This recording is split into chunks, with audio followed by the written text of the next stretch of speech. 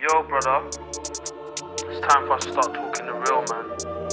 We've been sugarcoating too much. We've got to start calling everything out for what it is. Matt. Marty. Good to see you again. And how's it going? Matt's returning the NOSFET APEX. Now, let's recall what's happened here. It's been probably a week and a half since I gave it to you.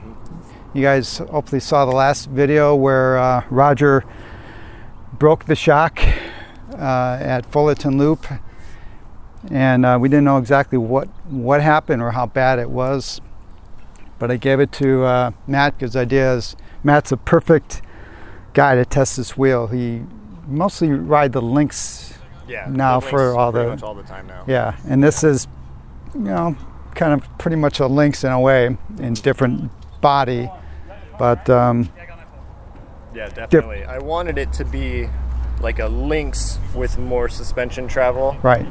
I kind of hate to say it, but I think what we may have here is it's an S22 with more power, if that makes sense. And I can get into that a little bit more later. Oh, okay.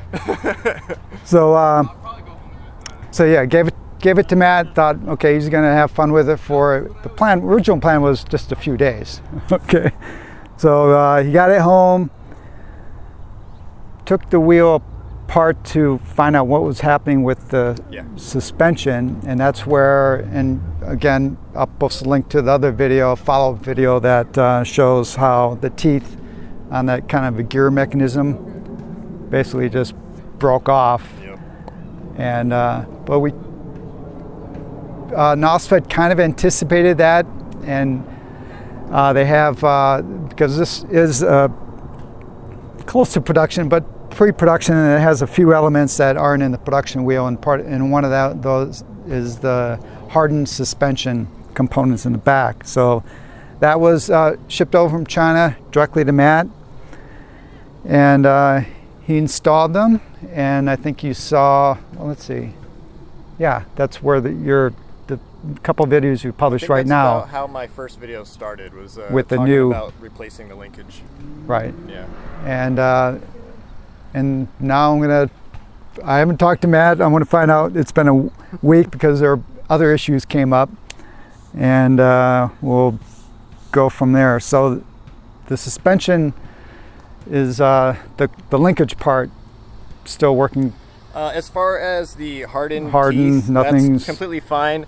After I installed it the way that they had told me, using the Loctite and the anti-seize on the bolts, right. You know, Loctite on the thread, anti-seize on the shoulder there. Right. None of the screws backed out, and I couldn't see any evidence of the linkage getting, you know, deformed or broken or anything like that. Everything just held up very nicely.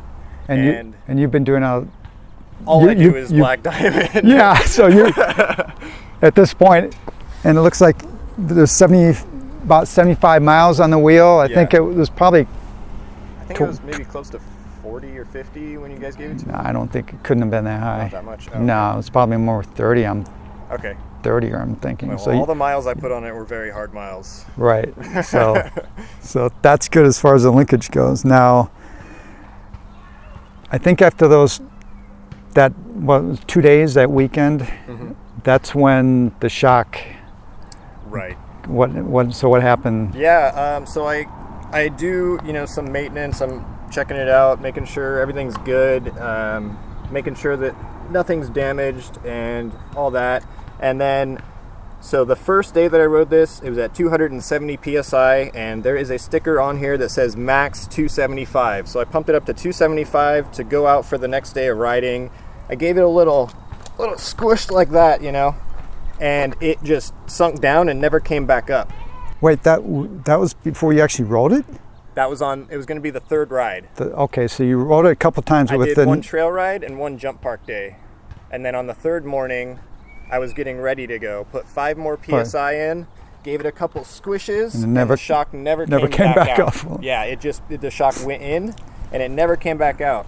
And that's a kind of a known phenomenon that can occur with the seal. Yeah.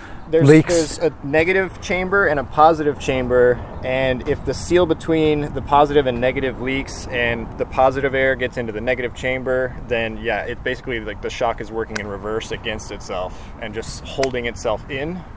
And Right. the negative chamber is there to, you know, help create the.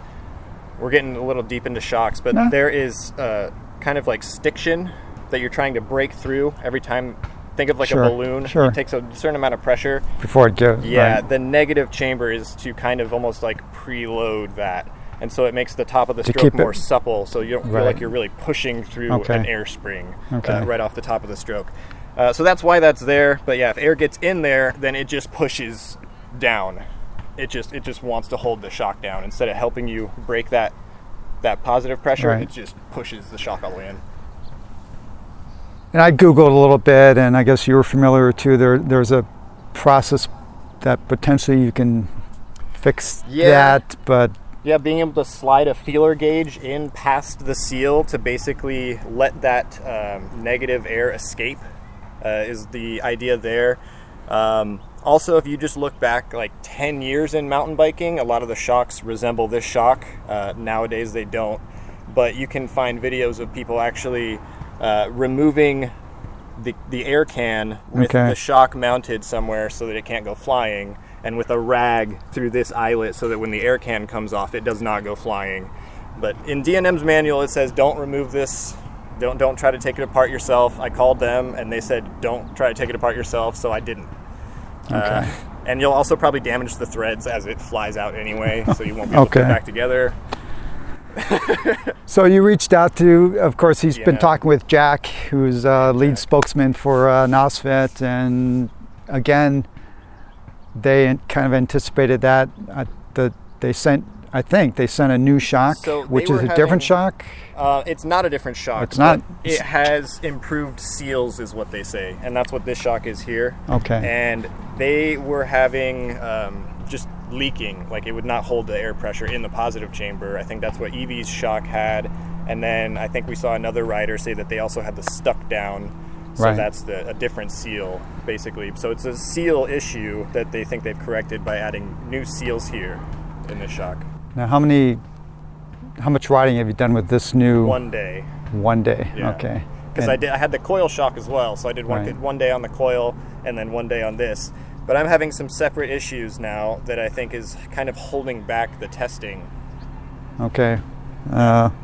Okay, we'll get to that, I guess. But this is good. The point of giving this wheel to Matt is to test the hell out of it and potentially find weak spots. And I guess we're finding those. So you got the new replacement shock with better seals, and also, and I don't know how this is going to work, but this was also provided. So I don't know. Have you talked to Jack? Is this an option? Like I don't know if e-wheels maybe you're going to be able to pick. Do you want the coil shock? Do you want the I've heard air that shock? batch 1 is all going to be air shock, and then I think later on down the road you're going to be able to select the coil shock. And this is the one they're going with apparently. That'll be the with one you get, D&M. yeah. It's a 1,000 pound spring rate coil, and it's a 210 millimeter eye-to-eye length, so you're actually having Right. to compress it a little bit, which is making you lose a little bit of the shock stroke, but you're not able to get the full shock stroke with this wheel currently anyway. Right. So so you installed this one first Yes. before this one, and then it didn't last too long in terms of you wanted to get. I got the impression you wanted to get back to the air shock. Yeah, I Why? wanted to get back to the air Why? shock very What quickly. was the issue? So what I was having, I'm not sure if I can blame the shock, because honestly what I think I'm having issues with is the slider tube mechanism. I don't know if the shock is what's not giving me the characteristics that I want, or if it's because there's so much seal drag. That's going to be a big word that we need to talk about, is seal drag. Okay. There's so much on the slider tubes that it's kind of crazy how much force the shock really needs to have at the end. Basically, when you're trying to get it to top out, the shock To top basically out. Okay. cannot do anything. It's got its full pressure, and it cannot make the wheel top out that last little bit with how much seal drag there is on the sliders. Interesting. Which is sounds like friction. Yeah, basically it's a lot of friction. So how does that relate to the coil shock specifically versus the air shock? Why? Because day one, the sliders were in perfect condition, and then they got progressively worse. So as more dust got on them, and I tried to clean the dust off, and I did start lubricating it myself, even though they say 500 kilometers, which is not gone anywhere near 500 kilometers. And it is supposed to be for the track and the trail, but yeah, trail dust has just eaten away whatever lubricant that they had on there. I've been trying to add my own lubricants. They're fork lubricants for mountain bikes. And I just think that it's not really sliding on the sliders as well. And so that's going to affect all the shocks, really. Because you could feel, well, when I got out of the box, I mean, it was real oily, the tubes, and I can just imagine the dust. A magnet for dust. Yeah. So that stuff doesn't stay on there long because it just kind of becomes contaminated, and you have to clean it off. What does Begode? I can't think. Do they put any kind of? No, their sliders are completely different. I don't like their sliders either. But they're dry. It's just a metal tube in some metal bushings, essentially. Right. But yeah, you have much less friction because it's not a rubber seal that is so tight that it's actually keeping the structure of this all rigid, Okay. All right. So let's see again. I'm not sure we addressed why that was affecting the coil versus the air more so. Oh, because I think that, actually, after I went from this coil to this air shock wasn't performing as well as day one air shock. So in a way, basically, once these started to get compromised, I couldn't get the wheel to feel great anymore. Okay, so when you put the coil on, you were probably experiencing this additional drag, right? And you thought maybe it was a coil. Yeah. So actually, if you put the coil back on, maybe it would be. Maybe, but we're also doing something some else you weird probably things. Okay. If you want to run the coil, especially if you want to run it in the longest travel position, you have to do some weird things, and it really takes away the whole quick change function of this wheel, because you're going to have to undo the nut all the way so that you will be able to by hand compress this enough to get everything to line up so that you can sink it into the right jaws. And then you have to crank this back down, and so you need tools for that, and you're not going to be able to just do that on the fly. Once it's in that highest position, it is stuck there until you can release this nut. Okay. So if you go with the coil, and it doesn't go all the way to the highest position. It misses the top tooth, which I think was a potential issue with the air shock too. I remember Jack saying you'd have to let out some pressure on the air shock. I can definitely. Potentially it can definitely go all the way into the. But I remember him mentioning that if you can't get it in the top one, you might have to let out a little pressure. I never had any issues. But Jack was warning me that there was a potential. But this makes that a given. You have to do a lot, and then you cannot get to that top tooth. I asked Jack, how far can I go with this? Because I didn't want to do anything to maybe compromise the linkage. He said you can go to where it's the 6th position, where there's 7 total positions, so you're just missing that top one. So if you go with the coil, the advantage of the coil, of course, is you're not going to have seal issues and stuff like that, but you're pretty much going to lose.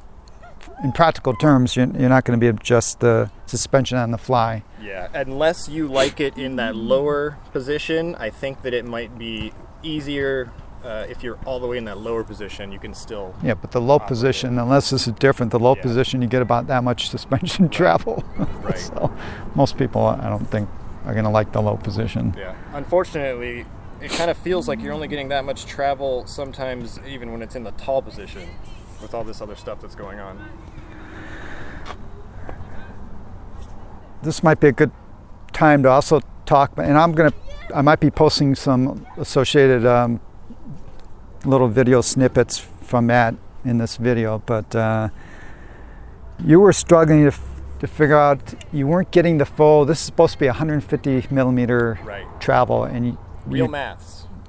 And you weren't getting that, right? Oh no, it's impossible. And you finally actually determined what's doing it. And again, there'll be a video inset in here that'll show that there are a couple bolts which are hitting, which we're not going to be a show here, but they're hitting.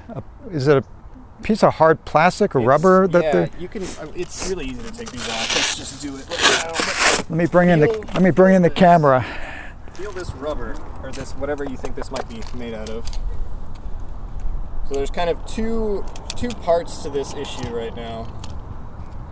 First of all, this slider. I don't know if we're. Well, let's see. Let me move the camera again a little bit this way. Okay. So if you can see the top part right here of that slider. Yeah, the flat, right? Basically, the backside of this, there's supposed to be like a ledge where the top part of that is going to run into that ledge. And it's kind of a hard, is it like a hard rubber? Well, first, feel how much, do you think that would compress at all? No. Yeah, that's basically solid. Feels like a extremely hard it's basically plastic. Solid. Yeah. So they're saying that you're going to be able to make up 18 millimeters of suspension travel by compressing that 18 millimeters. Matt would have to weigh about 1,000 pounds, I think, to compress. And then I found that these screws are actually sticking out so far that you don't actually get to where they planned on it to bottom out. So maybe another 10 millimeters you would actually get. So it would be just the last maybe 8 millimeters that you're trying to compress this rubber.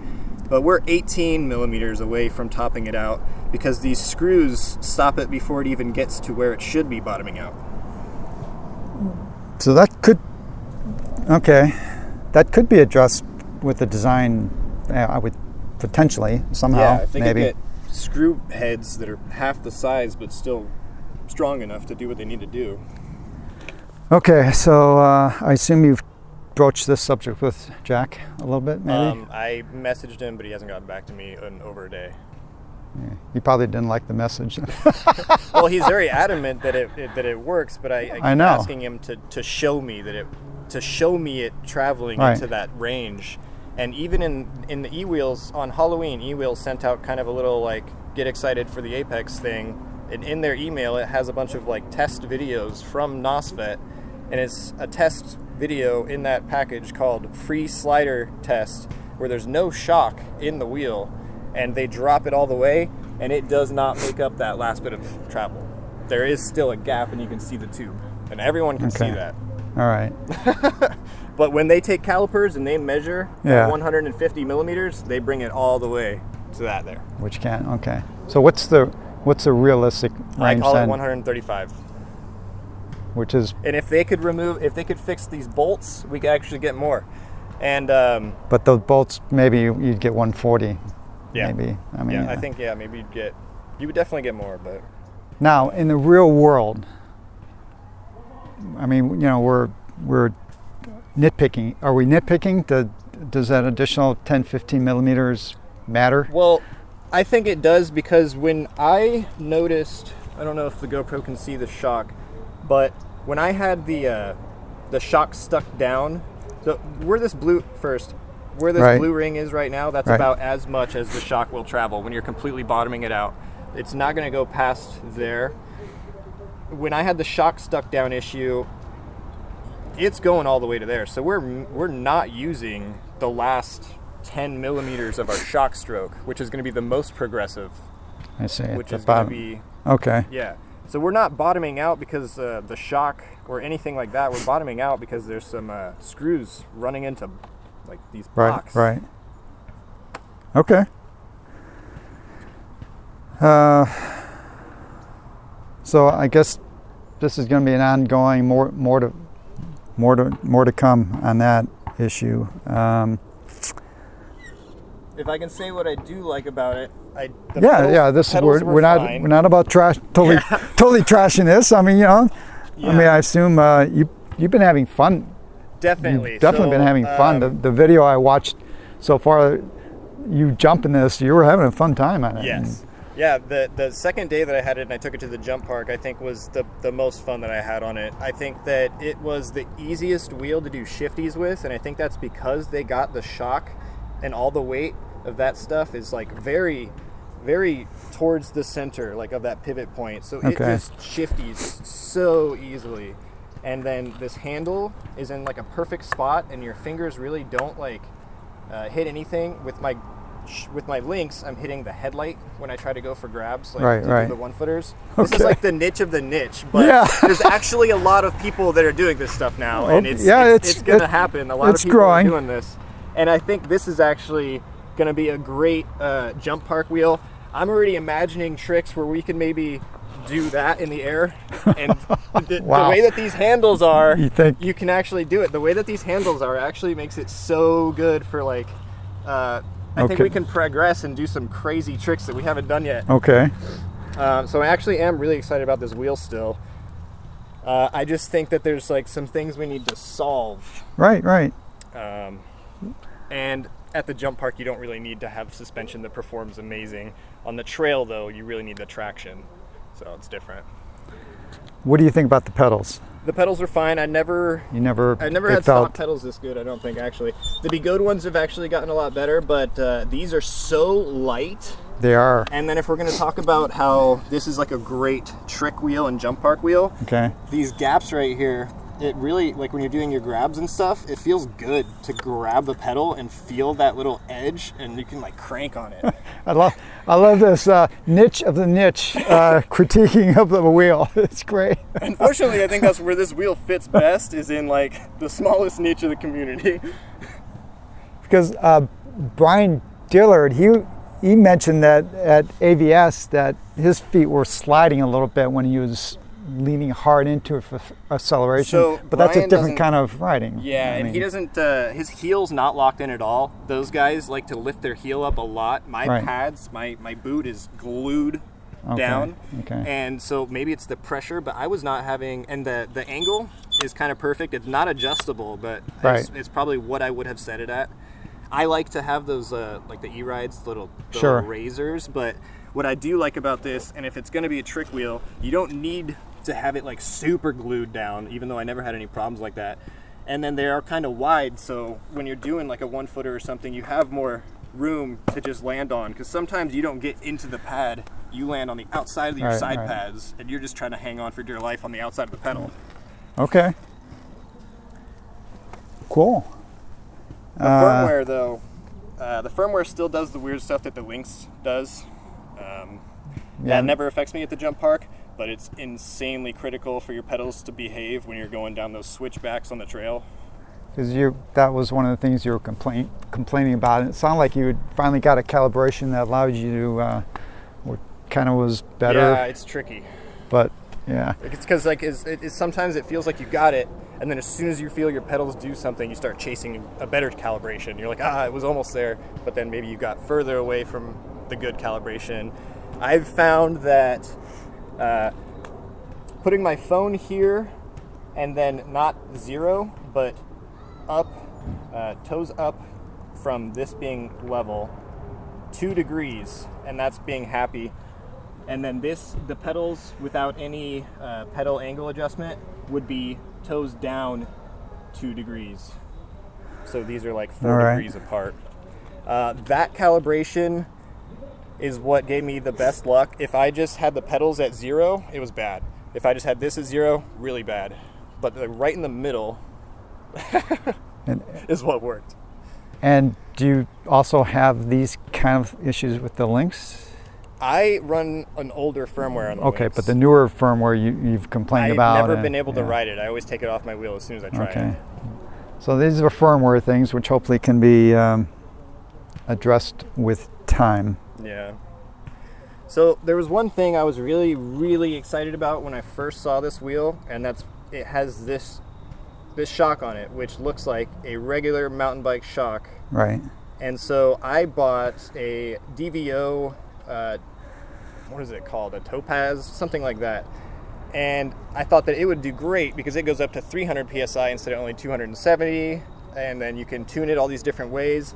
But when I put that shock in and at 300 PSI, the sag was like all the way to 50%. Like I was so close to like, as soon as I stepped on the wheel, I could just like step on it and bottom it out. So why would that it's because the air cans are different. It's like, so have you ever had like a Bigode air shock?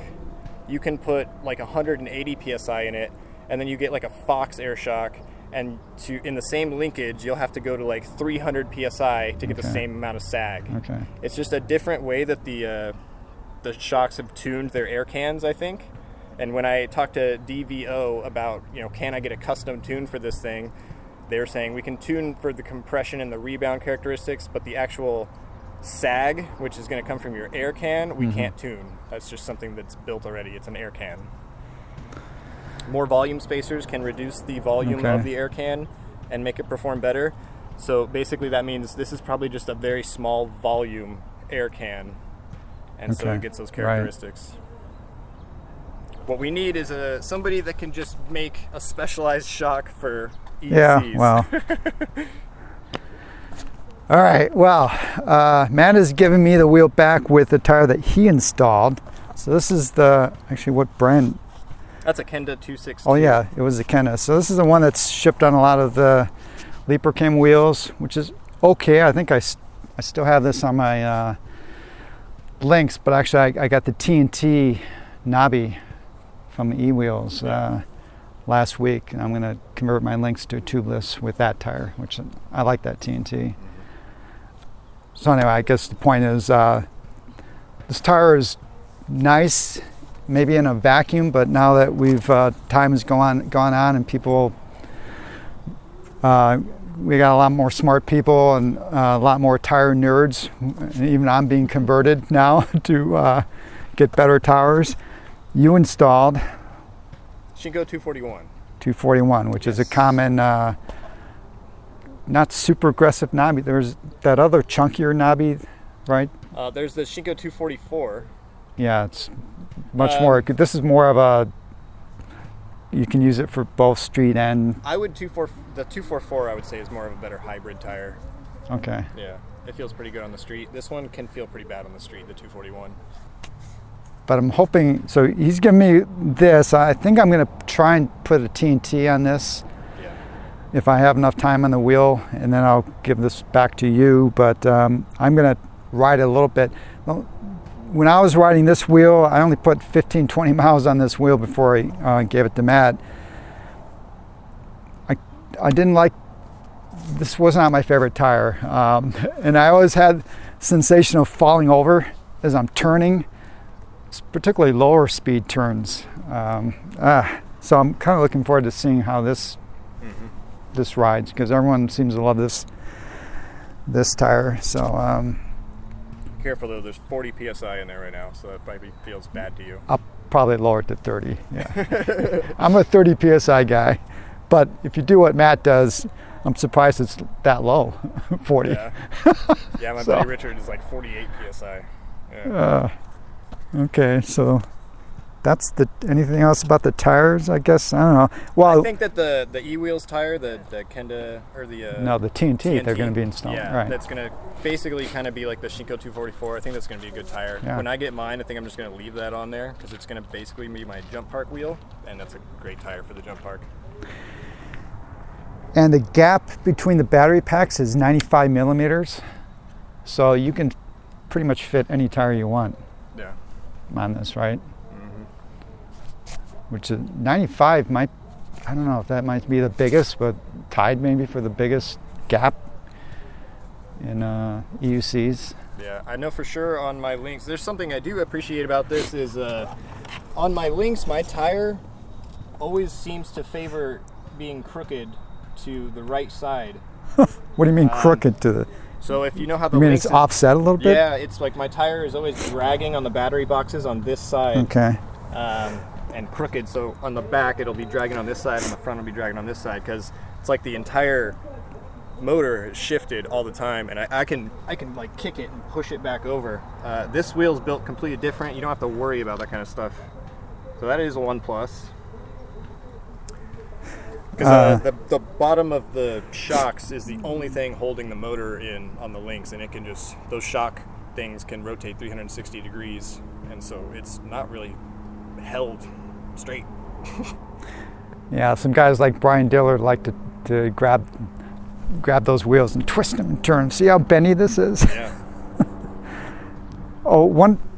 This is kind of an idiosyncrasy that we noticed that on this tire, it was developing I wouldn't say a wear pattern, but it was like the dust would collect differently. Yeah, it was like a negative dust ring. So there's dust all over the tire, but it looked like somebody had, wiped all the dust off in a ring on both sides, but it only happened to the Kenda. As you can see, it did not happen to the 241.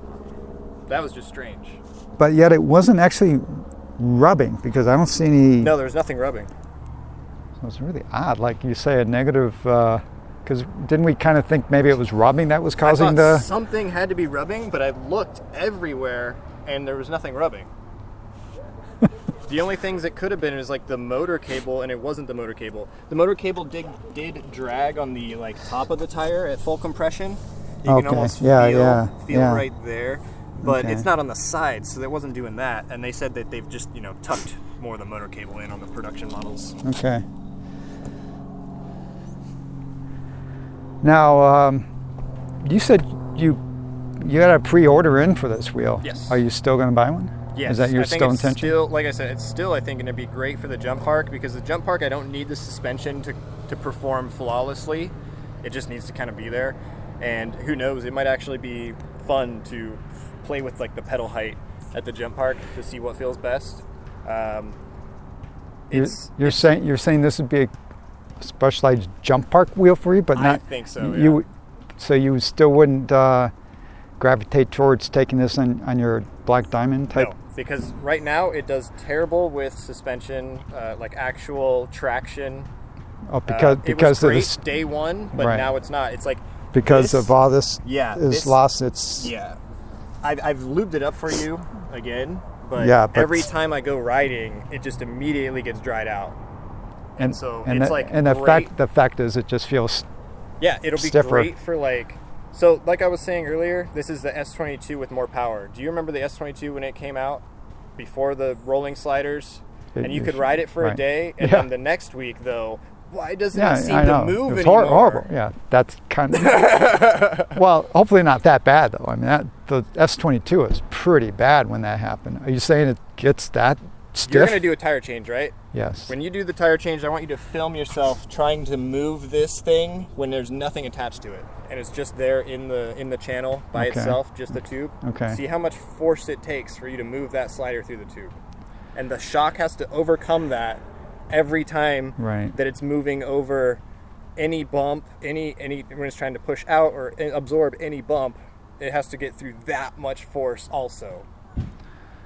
That's discouraging. A little bit. So in a way, I mean, it's a good sign that Matt still wants to buy one, but then again, he wants to buy it for a super niche jump park type wheel. Yeah. So it feels great in the air. All I would say is that this is early, But it feels terrible going around a switchback on the trails. Just keep it up in the air. And I don't want to get, don't get too down on the wheel. And by the way, I'm taking it back now, so I'm going to be riding it as a normal person. I'm keeping my pre-order. So my mind is still open, but this is great feedback. And hey, this is the first wheel from NOSFET and the early batches, right? Mm-hmm. So hopefully they're going to take what your contribution here to heart and look into potentially fixing some. Yeah. Some of these things look easy. I think dealing with the bolts and getting the full travel should happen. If we can revise these bolts. I don't care about if there's 8 millimeters or whatever. Like, I know we're never going to compress this, but the bolts being cutting us off from even getting to that point, that's bad. We need to fix the bolts. We may need to. It could be as simple as finding the right compound but I still think dust is always going to eat this stuff up. But I really hope that we can solve like how much seal drag there is coming from this system, and then the firmware. If we can get the firmware locked down, those 3 things would be huge for this wheel. Let's see what else. Well, there's one. I did crash it once. Oh, you did? You see, that's all that happened. Oh man, What happened? Here, scratch there. It was a low speed crash. I just kind of like got.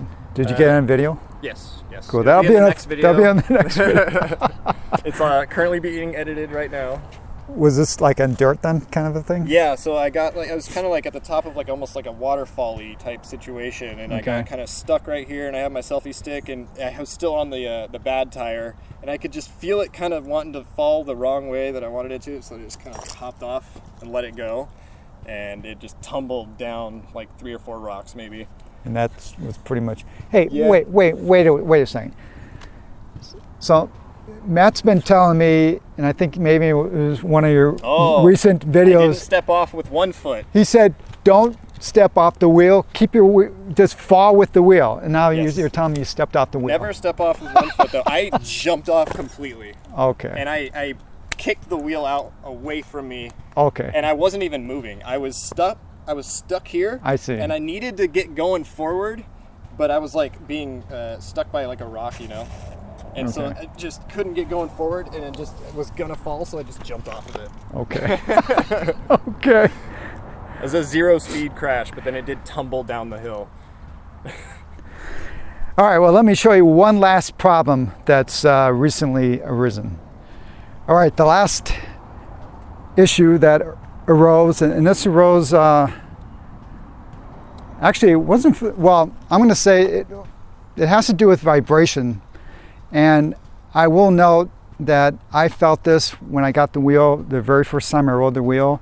And Roger also noticed this, that when we did some hard braking, you heard that little bit of zzz sound, which is common with when you're starting to get something loose in the wheel. And just a slight bit under hard braking. And then it got worse with you. When, how? What did you notice? I didn't notice it the entire time that I was riding, like the multiple days that I was riding it, but at the end of yesterday's ride, well, it wasn't going to be the end of yesterday's ride, but I went back to my truck to start playing with the shock settings to get it to maybe work better. And once I'd done that, I hopped back on the wheel, and it started doing...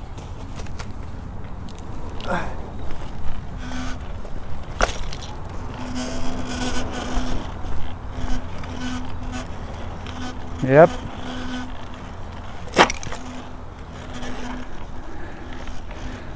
think if I just go forward, it'll get pretty loud for a while. And as you gain speed, does it go away or not? Not no, really. It's like when you're accelerating or slowing down, when you give it like that amp draw, you know? Right. So now you were saying that we're thinking maybe it has to do with something here, because you can, if you hold this, you can kind of feel it maybe a little louder there. If you feel like the battery case and do this, it doesn't really feel like anything. But when you touch right here and you do this, you feel all the resonance. And so that could be because of where the bottom of this is mounted to, but like this is mounted to this. You don't feel it as much there as you do like really like right there on the arms. I wonder if I could maybe at home I'll try like might need to lube this or put a clamp here too, just as an experiment to see if it were kind of higher friction here, if it went away. Mm-hmm. But definitely it's been there from the very beginning, but it obviously now it's much worse. Yeah. So don't know what to say about that at this point. Well, I guess we've hit everything, right? Yeah. All the negatives and positives. And again, I'm going to be riding the wheel as a non-jump park person, but I think you've provided a lot of valuable insight into this wheel, and it does appear the linkage is good now in terms of, I mean, if it could take all the stuff you've been throwing at it, I don't think you have to worry about the teeth breaking off like on that pre-production version. Yeah, they're fine now. And that's it. So thanks a lot for taking the wheel. Matt's going to be glad to get rid of the wheel for a while so he can relax. He's had the pressure of ride, film. Yeah, but I had to take it apart a lot. And he had to, yeah, I'm going to be picking his brain after this video well, real quick, supposedly the tire change is real easy on this wheel. How would you compare it to like the Lynx? The Lynx is easier, but this is not that bad. But it's not, okay. I was worried because like in their video, they were able to unscrew the screw on the right side. You want the one without the motor cable. Right. I had to, mine was, stuck, so I had to remove the screw on the other side and pull the pin out. But I just did it all laying flat on a table and was very careful to not let the washers and spacers that are all in there move around, so that when I dropped it back in, it was really easy. I looked at the bottom with a small Allen key and lined it up and then just pushed it straight down. Okay. I was just very careful not to let the spacers start moving around because I knew it would be really hard to get them back in there after doing that. So maintainability on this wheel, you think it's going to be decent in terms of being able to take it apart, change shocks? And changing the shock was really easy. You just have to take off these two black pieces to get to these, and then make sure this is in the right spot. You'll take off these foam pieces, and then you can change the shock just like that. Okay, cool. All right, Matt, thanks. I'll let you get back to waiting for my X-Way to come. Yeah, on the X-Way. Well, that's going to be cool. All right, cool. Yeah. New wheels coming all the time, guys. All right, well, it's been a long video, but I hope all you Apex guys out there who are looking forward to this wheel have gotten something out of this. And Jack, if you see this, hi. And until next time, safe riding.